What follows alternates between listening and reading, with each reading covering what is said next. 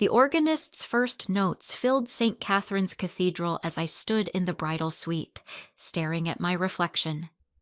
The ivory lace dress fit perfectly, custom Vera Wang, paid for by my trust fund. Through the heavy oak door, I could hear 300 guests settling into their seats, whispering about the fairy tale wedding of the season. My phone buzzed. A text from Agent Morrison. Assets frozen. Teams in position. Give the signal. Before we jump back in, tell us where you're tuning in from, and if this story touches you, make sure you're subscribed, because tomorrow I've saved something extra special for you. I smoothed down the beaded bodice, my hands steady despite everything. In exactly 17 minutes, Marcus Webb, my fiancé of 2 years, Harvard law graduate, rising star at Whitman and Associates, would walk down that aisle expecting to marry me and my family's pharmaceutical fortune. What he didn't expect was that the woman he'd been planning this day with wasn't the naive heiress he thought he'd manipulated so expertly.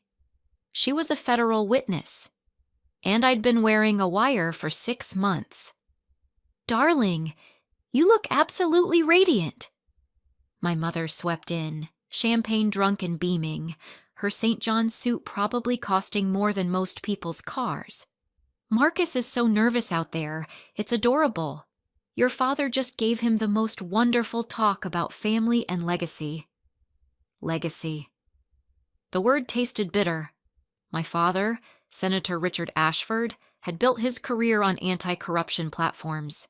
The irony wasn't lost on me. "Mom, I need a moment alone," I said quietly. "Of course, sweetheart. Prenuptial jitters are perfectly normal." She kissed my cheek, leaving a mark of Chanel Rouge allure that I didn't bother wiping away. 20 minutes. Then your whole life begins. She had no idea how right she was. The door clicked shut. I pulled out my phone and opened the encrypted messaging app the FBI had installed. 3 months ago, I'd stumbled upon something I wasn't meant to see. A laptop left open in Marcus's study, emails discussing something called Project Nightingale. At first, I thought he was planning a surprise. Then I saw the dollar amounts, the names, the schedules of pharmaceutical shipments from Ashford Biotech, my family's company. My company, technically. I'd inherited controlling shares when my grandmother died 2 years ago, right before I met Marcus at that charity gala in Manhattan. He'd seemed so genuine, so different from the usual social climbers. A lawyer working pro bono cases, passionate about justice, from a middle-class family in Ohio. He'd made me feel normal for the first time in my life. He'd made me feel loved. Every word had been a lie. I typed quickly, "Ready." 16 minutes. Agent Morrison's response was immediate. "Stay calm. Remember, you're doing the right thing. The right thing." I'd been telling myself that for months as I pretended everything was perfect, as I let Marcus believe he'd pulled off the con of the eye century. The right thing as I copied files from his laptop. The right thing as I met with federal prosecutors in underground parking garages like something out of a movie. The right thing as I planned a wedding to a man who saw me as nothing more than a key to a vault. A sharp knock interrupted my thoughts. "Come in." It was Vanessa, my maid of honor since college, carrying my bouquet, white peonies and garden roses, each stem costing $40 because Marcus insisted on perfection. Marcus insisted on a lot of things once the engagement ring was on my finger. "You okay?" Vanessa studied my face with those sharp eyes that had gotten her through Yale Law. "You seem, I don't know, different." "Just nervous," I lied, taking the flowers. Their scent was overwhelming, cloying. "Listen, I know I'm supposed to be supportive in everything, but—" She hesitated, lowering her voice. "Are you absolutely sure about this? Because we can leave. Right now. I've got my car. We could be in Connecticut before anyone realizes you're gone." My heart clenched. Vanessa had never liked Marcus, though she'd been too good a friend to say it outright until now. She'd noticed the small things, the way he steered conversations about money, how he'd suddenly needed my help with his student loans, his insistence on being added to certain accounts for convenience. "I'm sure," I said, and it was the truth, just not in the way she thought. "Okay." She squeezed my hand. "Then let's get you married." The bridal suite emptied as the processional music began. I could hear my bridesmaids, college friends, cousins, Marcus's sister Rachel, who'd never once looked me in the eye, starting their walk down the aisle. Through the window, I caught a glimpse of the guests outside on the cathedral steps, politicians, CEOs, society columnists documenting every detail for tomorrow's papers. My phone buzzed again. This time, it was a photo from someone at the wedding party. Marcus standing at the altar in his Tom Ford tuxedo, his best man Derek beside him. Derek, who'd introduced us at that gala. Derek, who I now knew was Marcus's cousin and partner in what the FBI was calling the largest pharmaceutical fraud case in a decade. I zoomed in on Marcus's face. He looked nervous, yes, but also triumphant. In his mind, he'd already won. In approximately 12 minutes, he'd be married to me. In 6 months, after a tragic accident arranged through his connections with certain Russian business associates, he'd be a widowed heir to a billion-dollar pharmaceutical empire. The FBI had played me the recordings, Marcus and Derek discussing timelines, methods.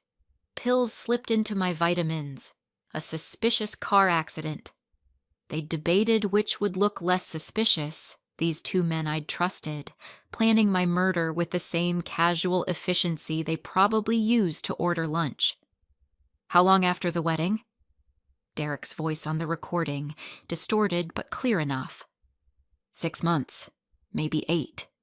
We need to look devoted, grief-stricken. Marcus had laughed then, a sound I'd heard 1,000 times in moments I thought were intimate and real. "The prenup is ironclad, but if she dies, everything transfers to me as spouse. No waiting period, no trust fund complications. Then we liquidate what we can, move the rest offshore, and get out. And the senator? He'll be too broken to ask questions. I'll console him, help him through his grief. By the time he realizes anything's wrong, if he ever does, I'll be untouchable." I'd thrown up after that meeting with the FBI.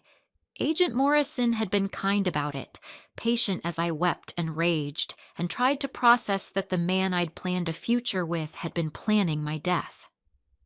"Why wait?" I'd asked her through tears. "Why let this go on?" "Because Marcus isn't working alone," she'd explained. "The pharmaceutical theft, the offshore accounts, the planned murder, they're all connected to a larger network. We need the wedding to happen to catch everyone in the act. The money transfers are scheduled for the day after. Several key players will be here, at your wedding. If we move too soon, they scatter and we lose them. So I'm bait. You're a witness who happens to be in a unique position to help us take down a criminal enterprise that's been operating for years. But yes, I won't lie to you. There's risk. If Marcus suspects anything, if anyone in his network realizes you know..." She hadn't needed to finish that sentence. Preparing and narrating this story took us a lot of time, so if you are enjoying it, like this video, it means a lot to us. Now back to the story. The door opened. My father stood there in his morning suit, silver-haired and distinguished, every inch the powerful senator. He'd been so happy when I'd announced my engagement. Marcus was exactly the kind of son-in-law he'd always wanted. Educated, ambitious, well-spoken. Someone who could carry on the Ashford name, who understood politics and power. Dad had no idea his future son-in-law had targeted me specifically because of him. Because a senator's daughter, a pharmaceutical heiress whose family trusted her completely, was the perfect mark. "Ready, Princess?"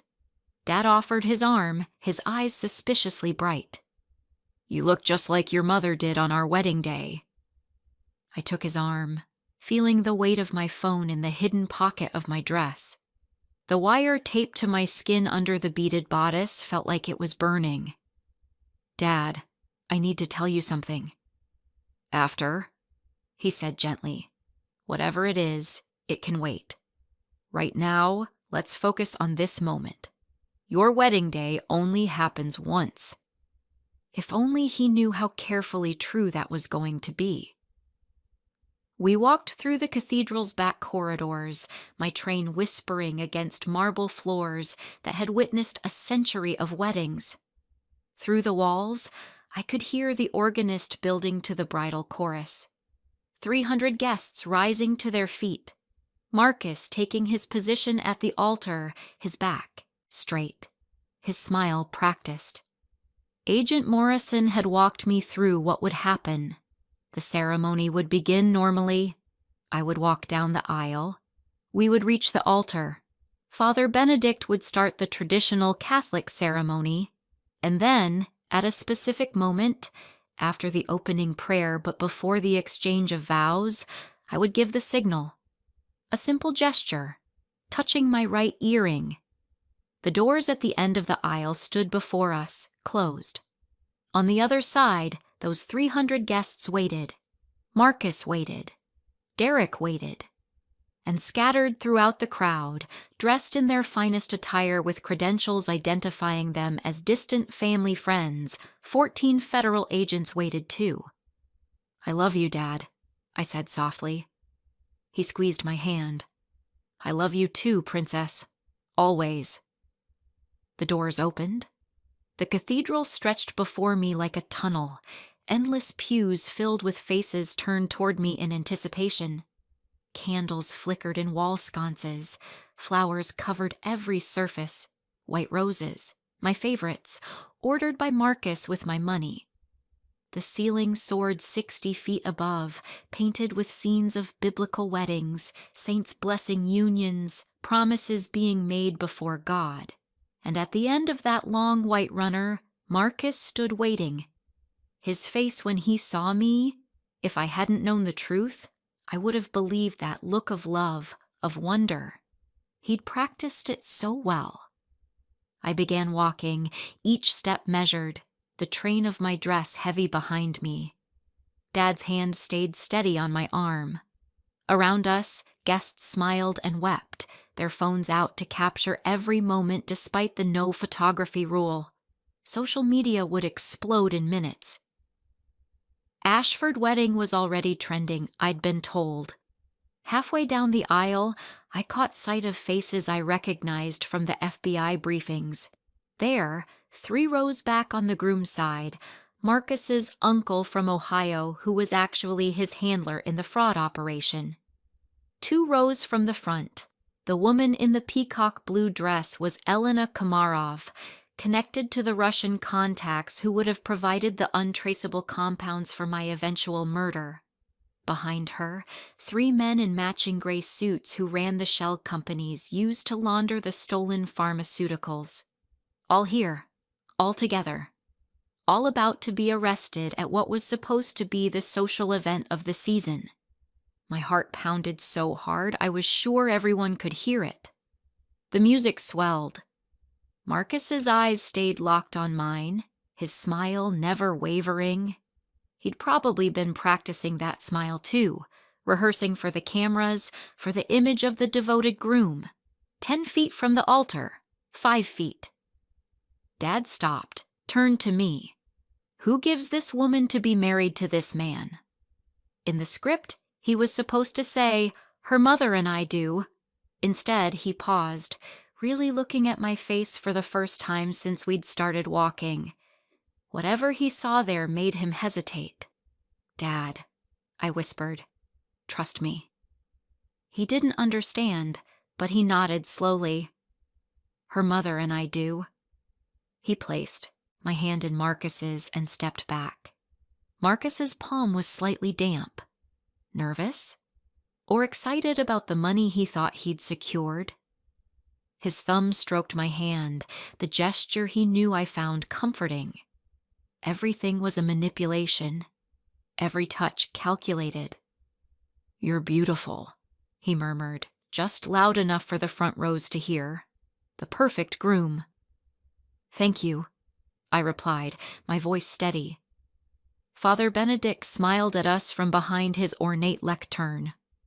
"Dearly beloved, we are gathered here today to join together this man and this woman in holy matrimony." The traditional words washed over me. Marcus squeezed my hand.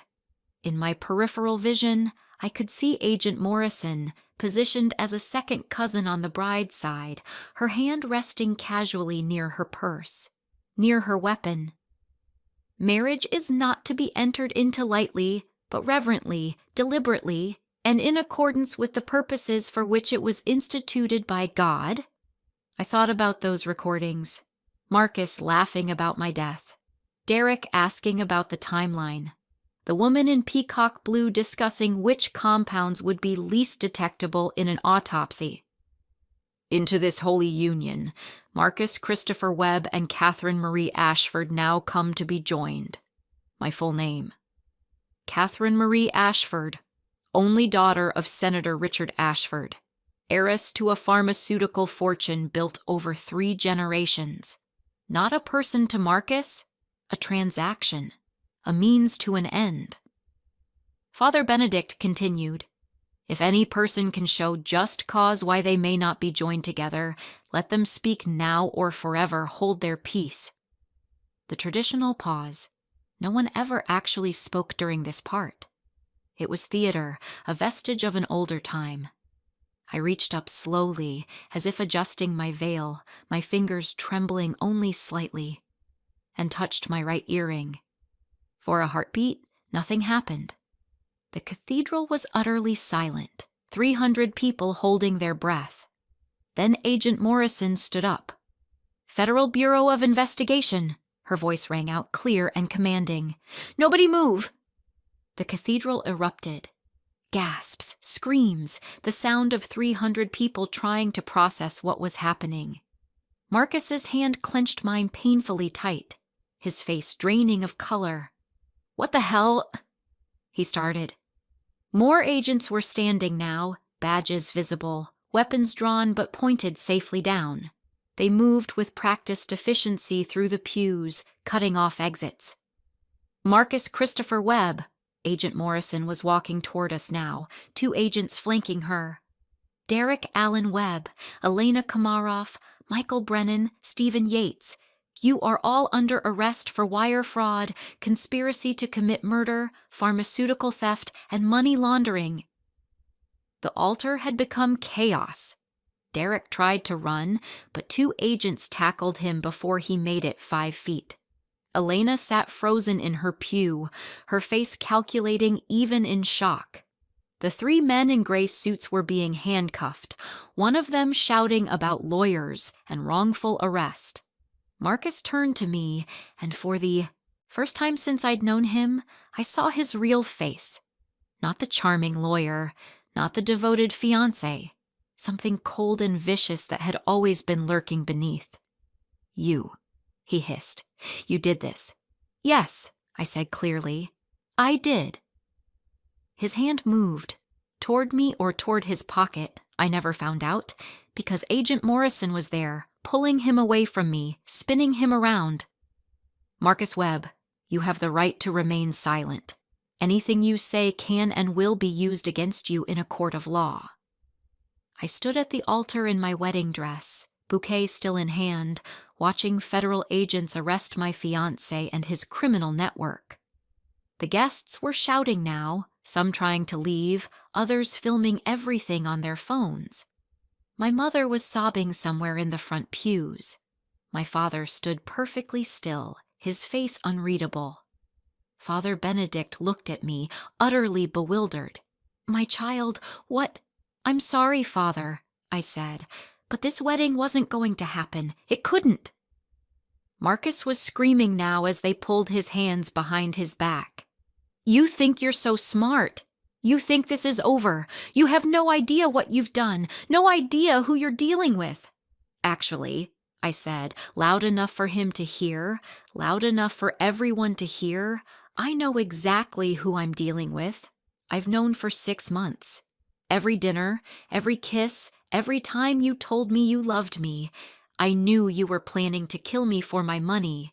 I've been recording everything, every conversation, every transaction, every single piece of evidence the FBI needed to take down your entire operation." The look on his face was almost worth the 6 months of lying next to someone who wanted me dead. Almost worth the nightmares. Almost worth the fear. "And for the record," I added, my voice shaking now but strong, "I never loved you. Not really. Because the man I thought I loved never existed. You were always just a con artist who made the mistake of choosing the wrong mark." Agent Morrison was pulling him away now, other agents rounding up the network members scattered through the pews.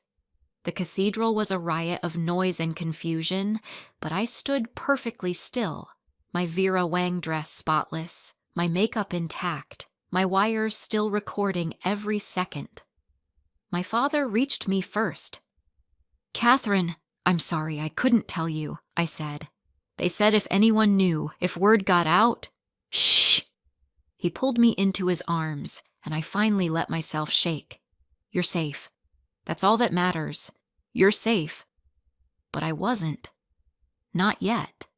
Because as the agents led Marcus toward the cathedral doors, he looked back at me one last time, and even with his hands cuffed behind his back, even surrounded by federal agents, his smile was cold and confident. "This isn't over, Catherine," he called out. "Not even close." The doors closed behind him. The cathedral descended into chaos as agents began interviewing guests, securing evidence, documenting everything. Somewhere, sirens wailed. Tomorrow, every news outlet in the country would lead with this story. The senator's daughter, the wedding day arrests, the pharmaceutical fraud case of the decade. But all I could hear was Marcus's last words, echoing in that soaring space. "This isn't over." Agent Morrison appeared at my elbow, her expression grim. "We need to get you out of here. There are protocols." "What did he mean?" I interrupted. "When he said I didn't know who I was dealing with?" She exchanged a glance with her partner. "We'll discuss it in a secure location. Right now we need to move." "Agent Morrison." I gripped her arm. "What aren't you telling me?" The hesitation on her face sent ice through my veins. "We arrested 17 people today. Based on your recordings and our investigation, we can connect them to $40 million in stolen pharmaceuticals, 3 shell companies, and multiple counts of fraud." She paused. But Marcus was right about one thing. These 17 people? They're not the top of the organization. They're middle management. The cathedral spun around me. 6 months. 6 months of wearing a wire, gathering evidence, living with a man who planned my murder. And it wasn't even finished. "How high does this go?" My father's voice was dangerously quiet. Agent Morrison looked at him, then at me. "Senator, perhaps we should—" "How high?" He repeated. "We don't know yet. But based on the communications we've intercepted, there's a level above Marcus and his network. People he reported to. People who provided the initial capital, the connections, the entire framework for this operation." She turned back to me. "People who now know their operation has been compromised. By you." The flowers I'd been holding slipped from my hands, scattering white petals across the marble floor. "So I'm still in danger?" "You were always in danger," she said bluntly. "That's why we moved when we did. But yes, now it's different. Marcus and Derek can't hurt you from federal custody, but whoever they worked for. She didn't finish the sentence. My mother pushed through the chaos, her makeup ruined by tears, my bridesmaids trailing behind her looking shell-shocked. Catherine, oh my God, Catherine. I let her embrace me, let my family surround me, but my mind was racing.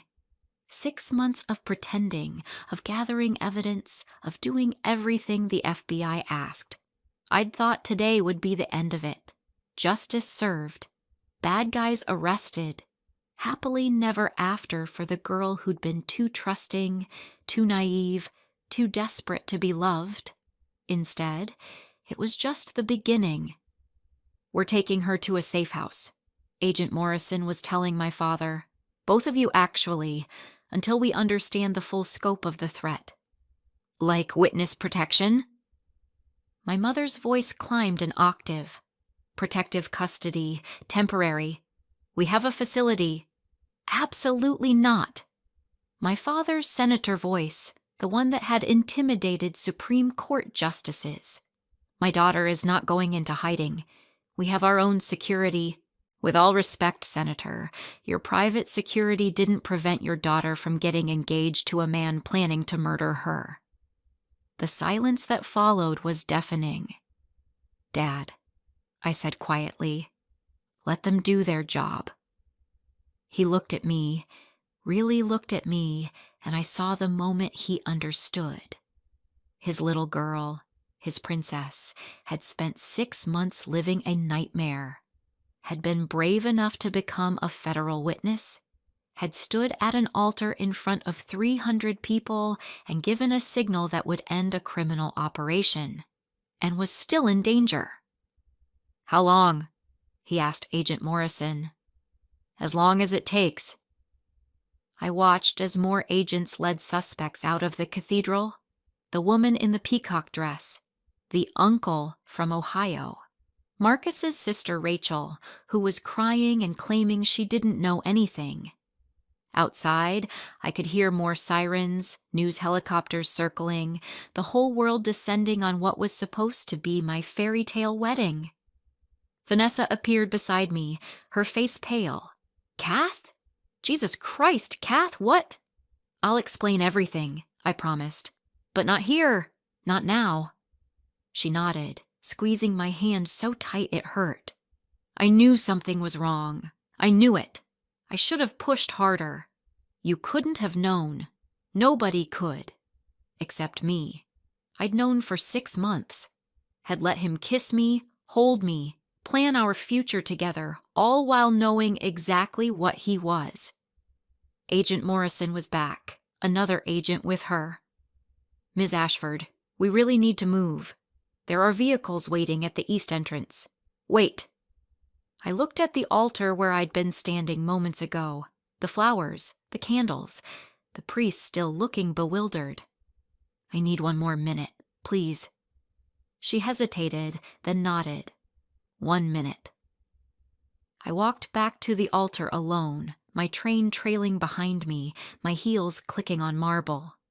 Father Benedict watched me approach, his weathered face kind despite his confusion. Father, I said softly, I'm sorry for the disruption, for turning your cathedral into a crime scene. Child, he said gently, I've been performing weddings for 40 years. This is certainly the first one that's ended with federal arrests, but... He smiled slightly. God works in mysterious ways.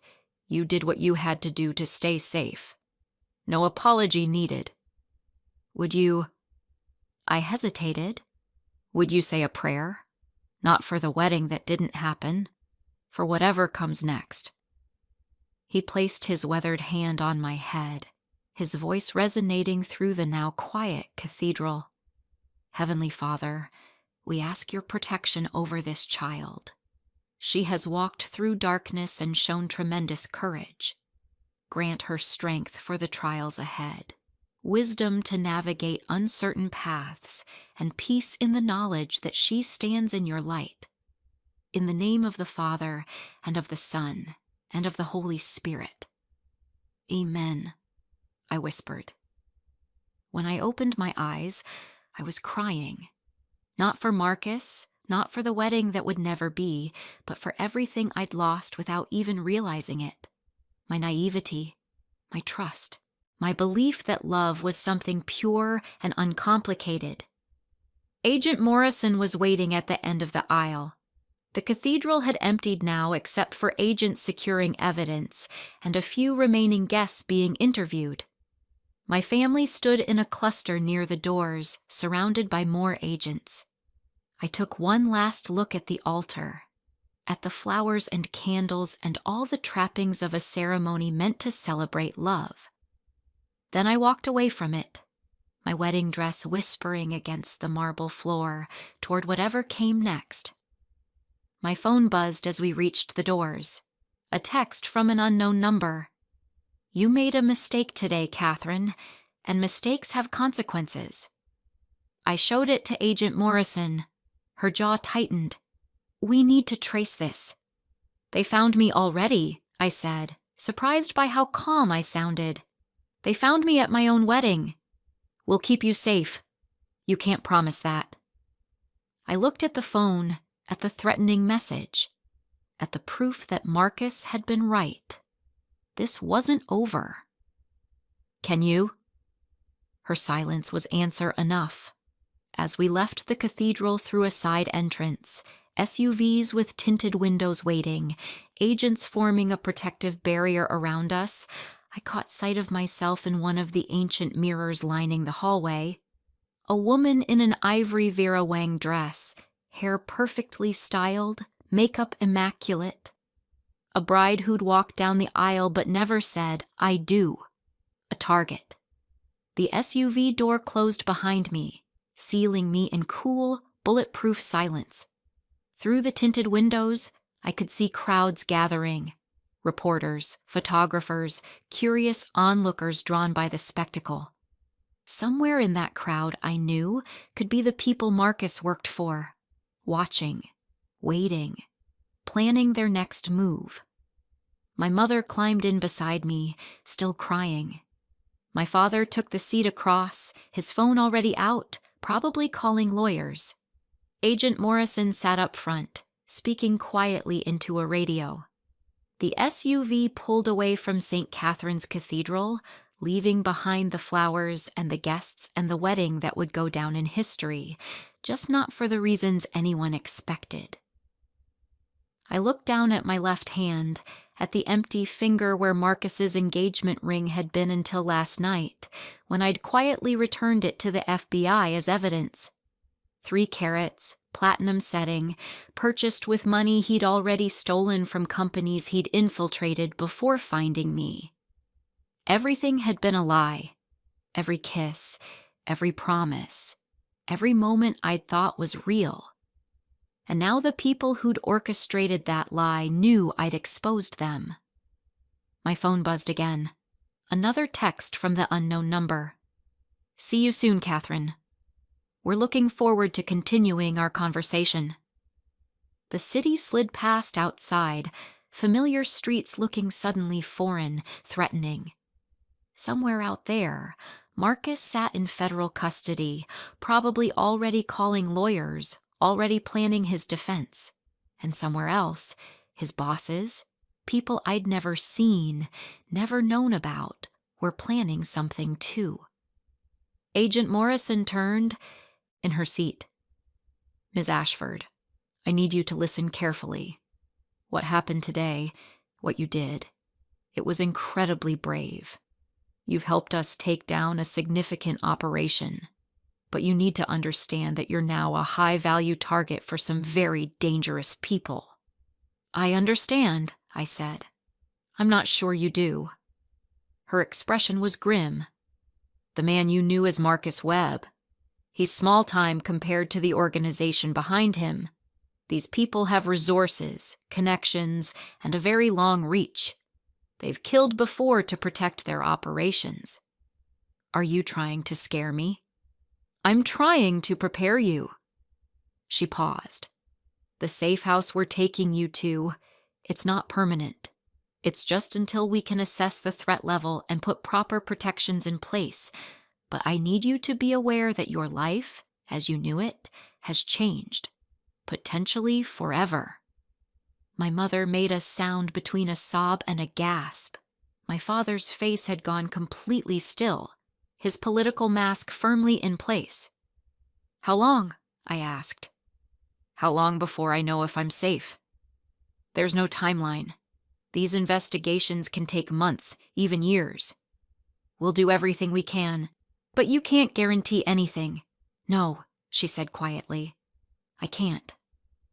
The SUV turned onto a highway, heading away from the city, away from my apartment and my life and everything I'd known. Behind us, 2 more SUVs followed, filled with more agents. Protection or prison, I wasn't sure there was much difference at this point. I thought about the wedding that hadn't happened, the life I'd thought I was stepping into. Mrs. Marcus Webb, society wife, probably pregnant within a year if his timeline held, dead within 8 months, an unfortunate accident, a tragedy that would make the news for a cycle before fading into history. Instead, I was Catherine Ashford, federal witness, target of an unknown criminal organization, heading toward a safe house in a wedding dress that cost more than most people made in a year. My phone buzzed a 3rd time. I almost didn't look, but Agent Morrison was watching me in the rearview mirror. This message was different. Not a text, but a photo. It was me, walking out of the cathedral, taken from somewhere in the crowd. The angle was perfect, professional almost, and in the corner, barely visible, was a red laser dot. Right over my heart. The message attached was simple. "We had you. We let you go. Next time, we won't be so generous." I showed Agent Morrison without a word. I watched her face change, watched her grab the radio, heard her sharp commands to the agents in the other vehicles. The SUV accelerated, taking an exit I didn't recognize. "They were there," my father said, his voice hollow. "At the wedding. They were there. With a rifle." Agent Morrison confirmed grimly. "Probably on a rooftop. They're sending a message." "What message?" My mother's voice was small, broken. I looked at the photo again, at that red dot perfectly positioned. That they could have killed me. That they chose not to. That whether I live or die is entirely up to them. The SUV raced through unfamiliar streets, the city giving way to suburbs, then open highway. My wedding dress felt suffocating now, the beading digging into my ribs, the wire still taped to my skin, a reminder of the 6 months I'd spent gathering evidence. 6 months that had ended with federal arrests and a sniper's red dot over my heart. "We're changing locations," Agent Morrison was saying into the radio. "Primary safe house may be compromised. Switching to Facility 7. Authorization Morrison Delta 4. Yes, I understand. Do it anyway." More codes, more protocols. The machinery of federal protection closing around me like a cage, or a coffin. I looked at my parents, both of them aging before my eyes, my father's political confidence cracking, my mother's society polish dissolving into raw fear. I'd done this to them, by trusting Marcus, by falling for his lies, by being naive enough to believe someone could love me for who I was, not what I was worth. "I'm sorry," I whispered. "Don't." My father's voice was fierce. "Don't apologize for being the target of criminals. Don't apologize for being brave enough to expose them. Don't you dare apologize, Catherine." But I was apologizing. For all of it. For the wedding that wasn't. For the danger I'd brought to our family. For the fact that somewhere out there, people were planning their next move, and I had no idea when or how they'd make it. The SUV turned onto a smaller road, trees closing in on either side. No more city lights, No more familiar landmarks. Just darkness and the headlights cutting through it and the knowledge that everything had changed. My phone stayed silent now. No more texts, no more photos. Somehow that was worse than the threats. The silence felt like waiting, like predators watching their prey, patient and confident in the eventual outcome. I looked at the wedding dress in the dim light of the SUV. This morning, I'd put it on thinking it would be the costume for my greatest performance. Walking down that aisle, giving the signal, watching justice be served. Now it felt like a shroud. "How much farther?" my mother asked, her voice small. 20 minutes, Agent Morrison replied. "Maybe less." 20 minutes until we reached safety. Or what passed for safety when you just exposed a criminal network and their reach extended to placing snipers at your wedding. 20 minutes until my new life began, if I survived long enough to have one. The safe house wasn't what I expected. No remote cabin in the woods, no anonymous apartment building. Instead, Agent Morrison drove us to what looked like a corporate retreat center. Modern glass and steel, surrounded by manicured lawns, completely unremarkable except for the armed guards at the gate who checked 3 forms of ID before letting us through. "Welcome to Facility 7, Morrison said as we pulled up to the main entrance. "Officially, this is a government training center. Unofficially, it's where we house high-value witnesses when standard protocols aren't secure enough." High value. Like I was an asset, not a person. Maybe that's all I'd ever been to anyone, an asset. To Marcus, I'd been worth $40 million in stolen pharmaceuticals and a pharmaceutical empire. To the FBI, I was worth whatever information I could provide. To myself, I wasn't sure what I was worth anymore. Inside, the facility was sterile and professional. Conference rooms, offices, what looked like dormitories down long hallways. Agent Morrison led us to a suite on the 3rd floor. 3 bedrooms, a common area, reinforced windows that probably cost more than my wedding dress. "You'll stay here while we assess the situation," she said. "There's a full security team, 24-hour surveillance, and—" "How long?" I interrupted, still wearing my wedding dress because I had nothing else. Everything I owned was back at my apartment, which Morrison said was now a potential security risk. 48 hours minimum. After that, we'll know more about the threat level. And if the threat level remains high, she met my eyes, then we discuss other options. After she left, my mother immediately collapsed onto one of the sofas, still in her St. John suit, her makeup destroyed by tears. My father stood at the window, staring out at the grounds, his phone clutched in his hand like a lifeline. "I need to change," I said to no one in particular. An agent appeared with bags, clothes from my apartment gathered by a security team.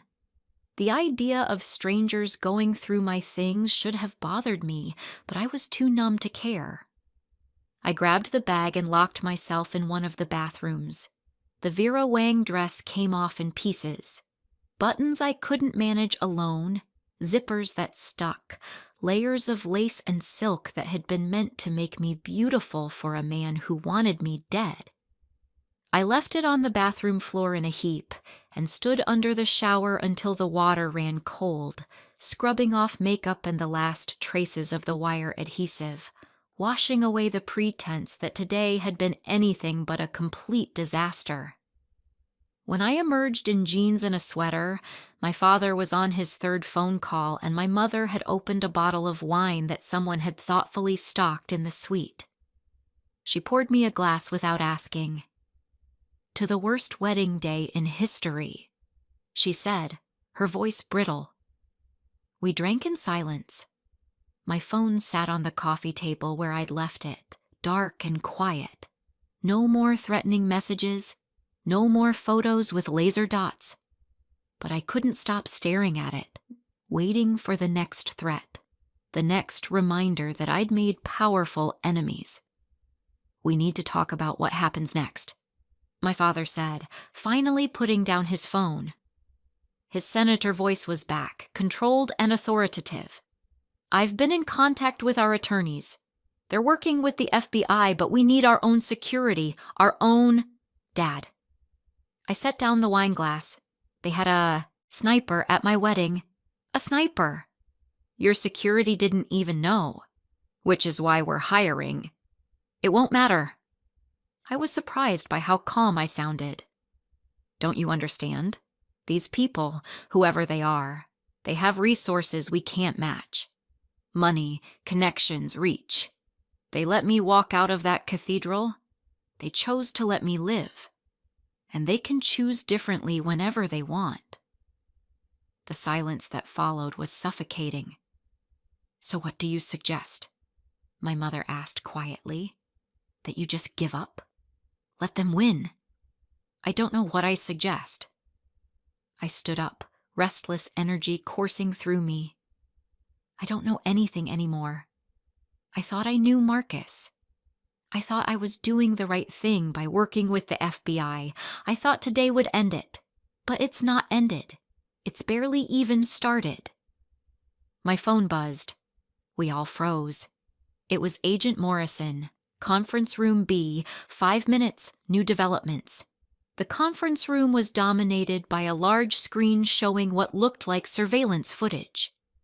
Agent Morrison stood at the head of the table with 2 other agents I didn't recognize. Their expressions told me everything I needed to know before anyone spoke. "What happened?" my father demanded. 17 arrests this afternoon, Morrison began. "All processed, all in federal custody. We've begun preliminary interrogations." She paused. "Marcus Webb is asking to speak with you." "Absolutely not," my father said immediately. "With all respect, Senator, it's not your decision." Morrison looked at me. "He claims he has information about the organization above him, about the people who put the hit order on you." "And you believe him?" I asked.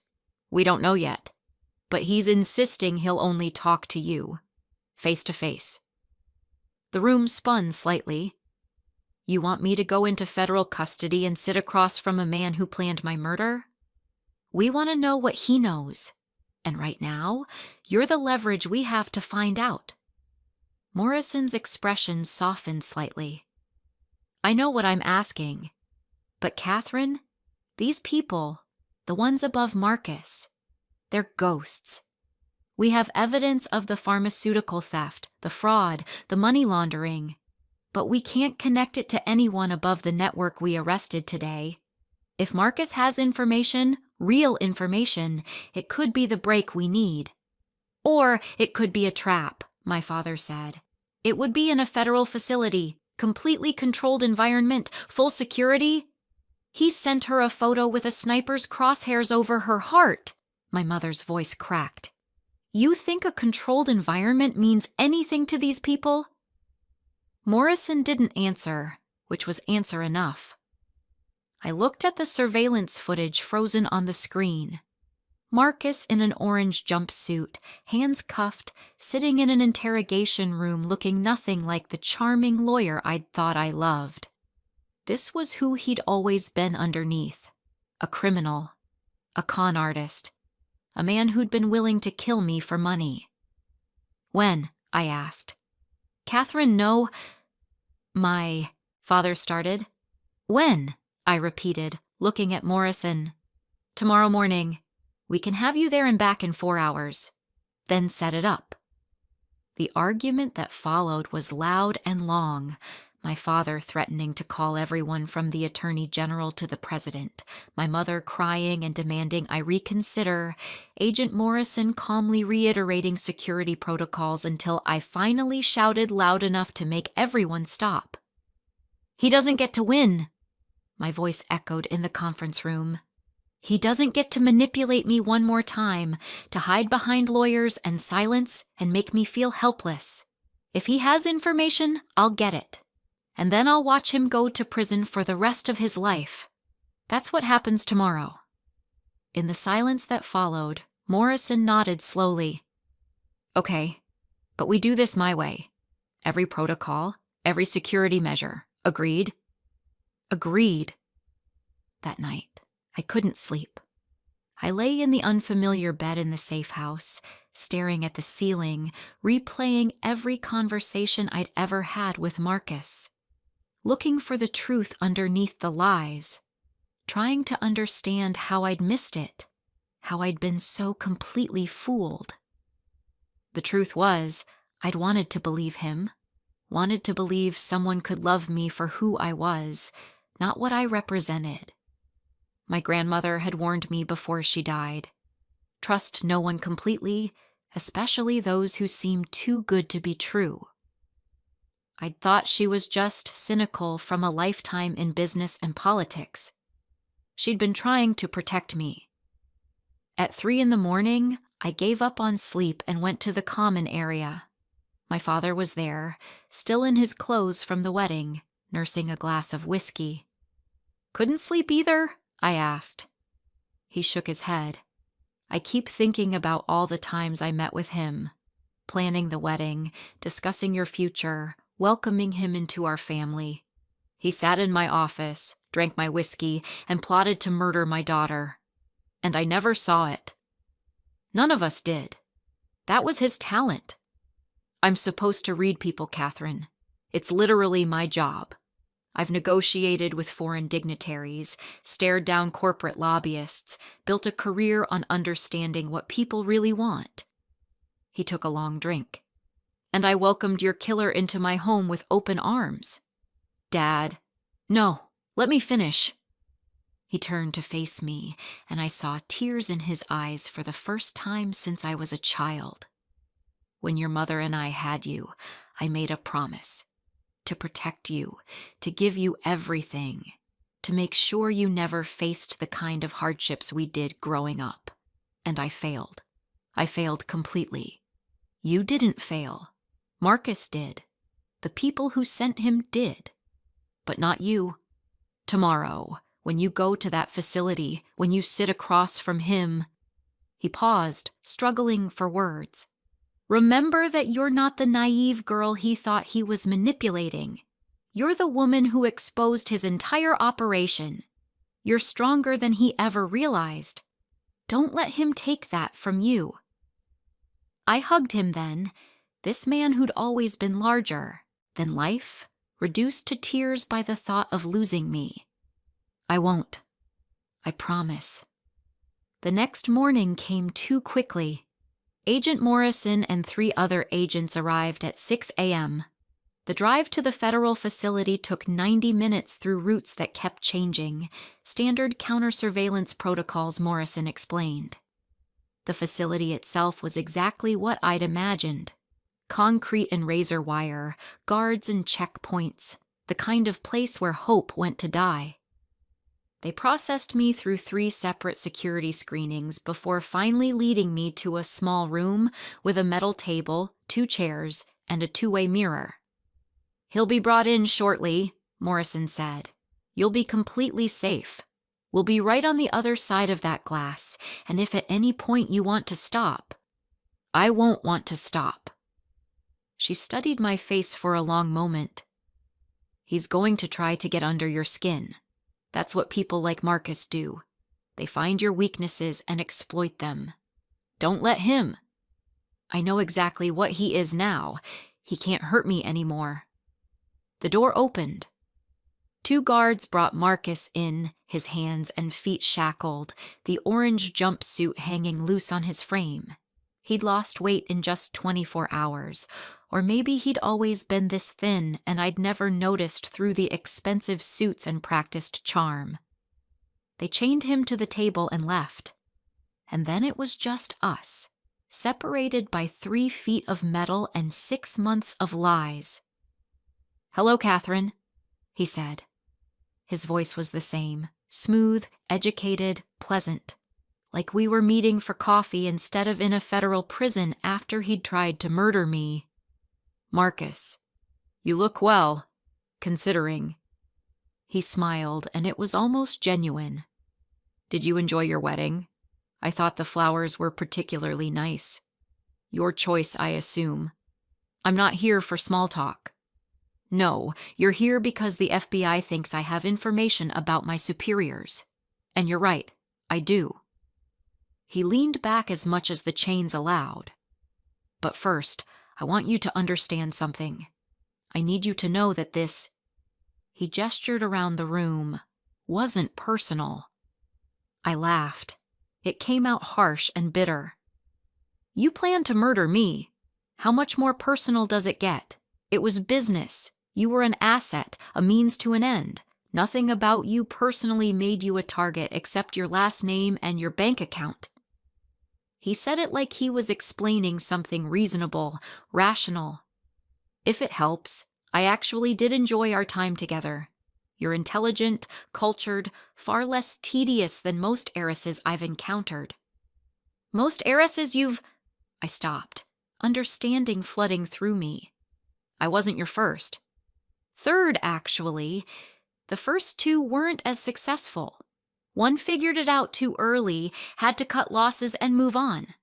The other married me, but her family was smarter than yours about prenups and access to funds. His smile widened. You were supposed to be the perfect mark. Trusting, romantic, desperate for connection. And you were right, up until you weren't. When did you know I'd figured it out? I didn't. Not until the FBI showed up at the cathedral. That's what impressed me most, Catherine. 6 months you lived with me, slept beside me, acted the devoted fiancé while wearing a wire and building a case. That takes extraordinary discipline. I underestimated you. Clearly. He leaned forward, chains rattling. The organization I work for, they didn't underestimate you. They knew exactly what you were capable of the moment you became engaged to me. Every asset we target gets a full background check, psychological profile, vulnerability assessment. They knew you were intelligent, knew you had your grandmother's instincts for business. They just bet that your desire for love would override your common sense. And when I proved them wrong, they adapted. That's what makes them dangerous, Catherine. They always have contingencies. The sniper at your wedding, that was a message. They could have ended it there, eliminated the witness before the trial. But that would have brought down too much heat, too much scrutiny. Better to let you live, let you testify, and deal with you after the public attention fades. My blood ran cold. You're saying they're waiting. I'm saying you have a death sentence hanging over you. The question is whether it executes in 6 months or 6 years. They're patient. They can afford to be. He paused. Unless you disappear. Witness protection. Real disappearance. New identity, new life, no contact with anyone from your past. Give up being Catherine Ashford forever. It's the only way you survive. His eyes held mine. Or you could let me help you. Help me? I almost laughed. You just told me you planned to kill me. I said it wasn't personal. And it's not personal now when I say I can give you what you need to destroy the people above me. Names, account numbers, locations of evidence they think is hidden. Everything the FBI needs to dismantle the entire organization. In exchange for what? Reduced sentence. 20 years instead of life. Possibility of parole, and... He hesitated. Protection for my mother. She's in a nursing home in Ohio, early onset Alzheimer's. She doesn't know what I've done, never benefited from any of it. If I testify, if I give you everything, they'll go after her to punish me. The mention of his mother surprised me. In 2 years together, he'd barely spoken about her. Just another lie, I'd assumed. But the fear in his eyes now seemed genuine. You're asking me to protect your family while yours tried to destroy mine? I'm asking you to be better than the organization that sent me after you, to understand that my mother is an innocent in this, just like you were. His voice dropped. Catherine, I did terrible things. I planned worse, but my mother raised me alone, worked 3 jobs to put me through school, sacrificed everything for a son who repaid her by becoming exactly what she never wanted. She deserves better than to die afraid and confused because of my choices. I looked at this man I'd almost married, trying to find the lie, the manipulation, but all I saw was exhaustion and something that might have been genuine regret. "Tell me their names," I said quietly. "Promise me about my mother first." "I can't promise anything, but I'll ask the FBI to consider it." I leaned forward. "Now, tell me who they are." Marcus took a breath, then began talking, and for the next 3 hours, I sat in that cold federal room and listened as he laid out the entire organization. Names of people I'd never heard of, CEOs, politicians, lawyers, people who looked legitimate on the surface while running criminal enterprises underneath. He gave account numbers, shell company structures, locations of physical evidence. He described how they recruited people like him, how they identified targets like me, how they'd been operating for over a decade across 6 states. Agent Morrison and her team recorded every word.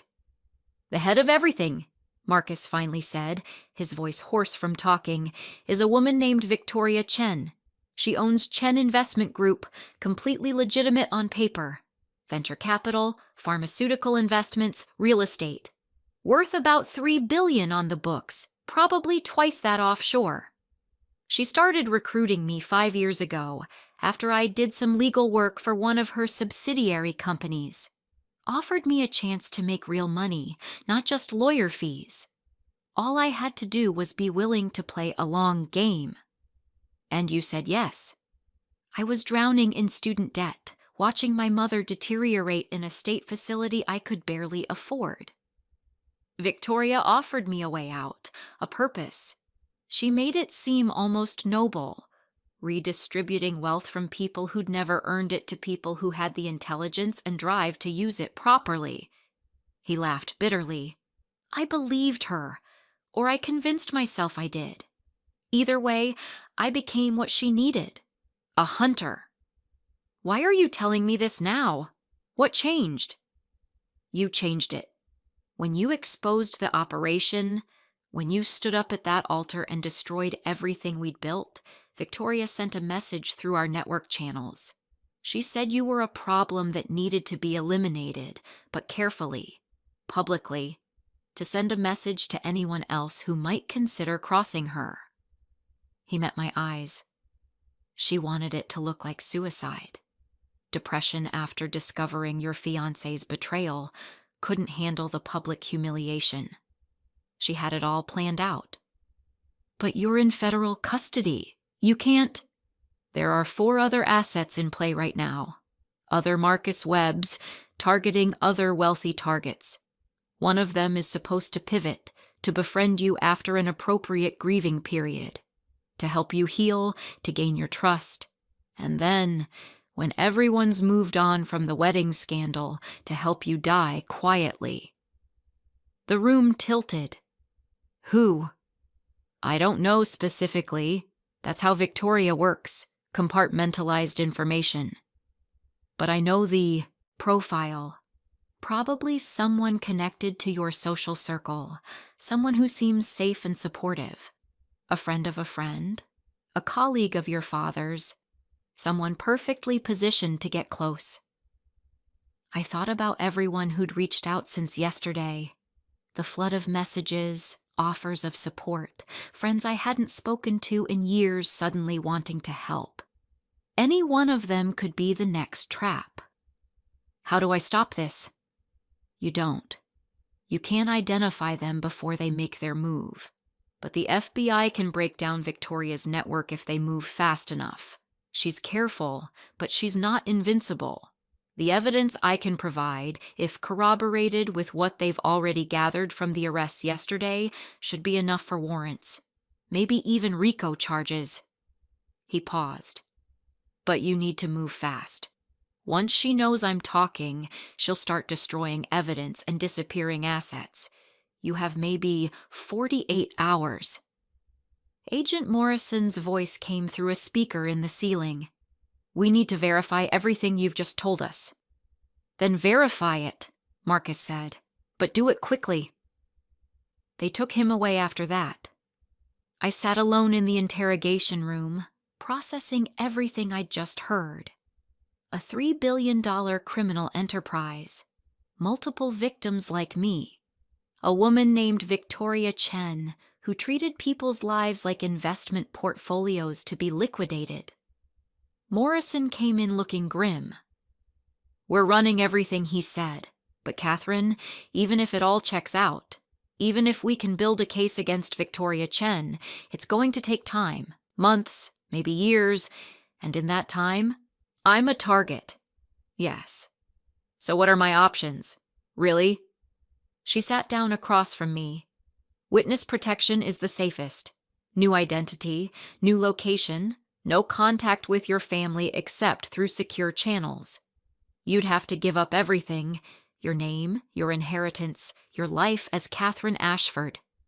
And if I don't, then we provide security as best we can. But Catherine, Marcus was right about one thing. These people are patient. They can wait you out, wait for you to relax, wait for the perfect moment. And eventually, that moment will come. I thought about my father's words from last night, about being stronger than Marcus realized, about not letting him take that from me. There's a third option, I said slowly. What's that? I don't run. I don't hide. I become the problem they can't solve. I looked at Morrison. You need evidence against Victoria Chen, testimony from her other victims, proof of the network Marcus described. You need someone to help you build that case, someone who understands how these people think, how they operate. You want to work with us? Catherine, that's incredibly dangerous. Being Catherine Ashford is already incredibly dangerous. At least this way, I'm fighting back. An idea was forming, reckless and probably stupid, but feeling more right with every second.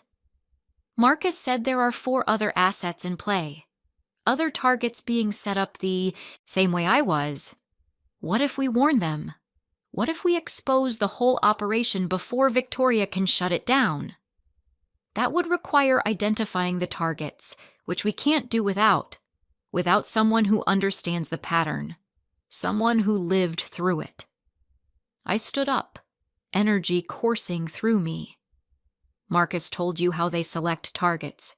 Wealthy, isolated, psychologically vulnerable. There can't be that many people who fit the profile and are currently engaged to someone new in their life. Cross-reference social media, engagement announcements, public records, find the patterns. Morrison was already pulling out her phone. This is crazy. This is the only way to stop them. To really stop them.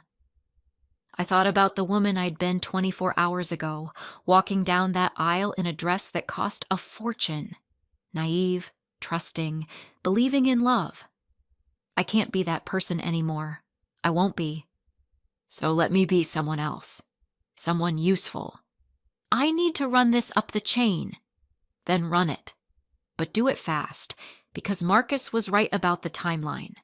Once Victoria knows he's talking, this window closes. The next 48 hours were a blur.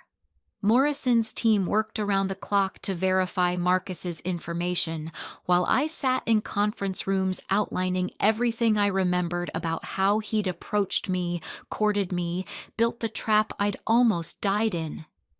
They brought in behavioral psychologists, financial experts, database analysts, cross-referencing engagement announcements with financial profiles, looking for the pattern. And they found them. 4 women across 3 states.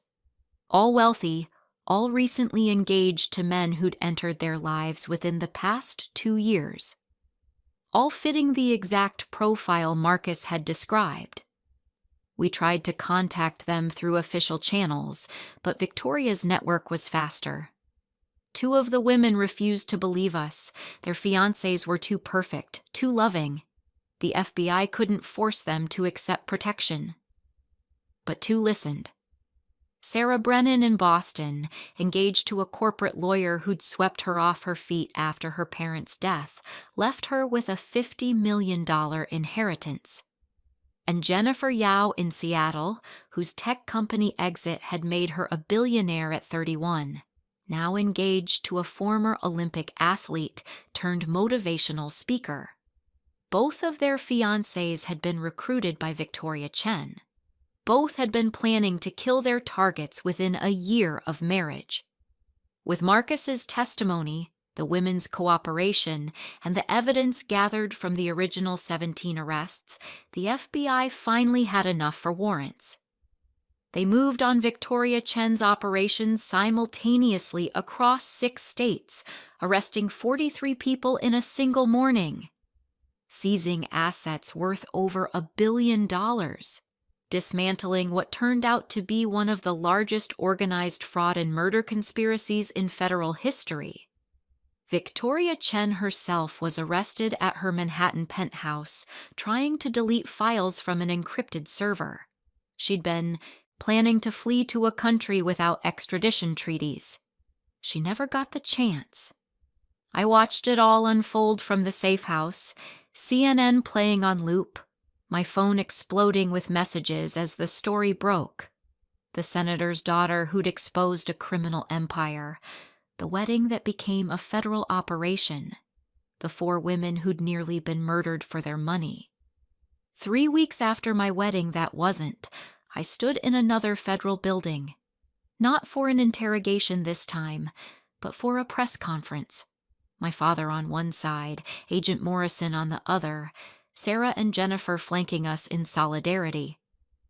"We're here today," my father said into a bank of microphones, his senator voice steady and strong, "to announce the formation of the Ashford Foundation for Financial Fraud Prevention. My daughter and the other survivors of this operation have agreed to help educate the public about sophisticated fraud schemes targeting wealthy individuals." I stepped forward. The cameras clicked and flashed, recording every moment for the evening news. What happened to me, to Sarah, to Jennifer? It can happen to anyone. These criminals are intelligent, patient, and convincing. They study their targets, exploit vulnerabilities, and build elaborate deceptions that can last years. But they can be stopped with awareness, vigilance, and the courage to come forward when something feels wrong. After the press conference, after the interviews and the questions and the endless documentation of my new role as a public figure fighting fraud, I finally had a moment alone. I sat in my father's office at the Capitol building, looking out at the Washington Monument in the distance. My phone rang. "Unknown number." I almost didn't answer, but something made me pick up. "Ms. Ashford." A woman's voice, cultured and cold. "This is Victoria Chen." My blood froze.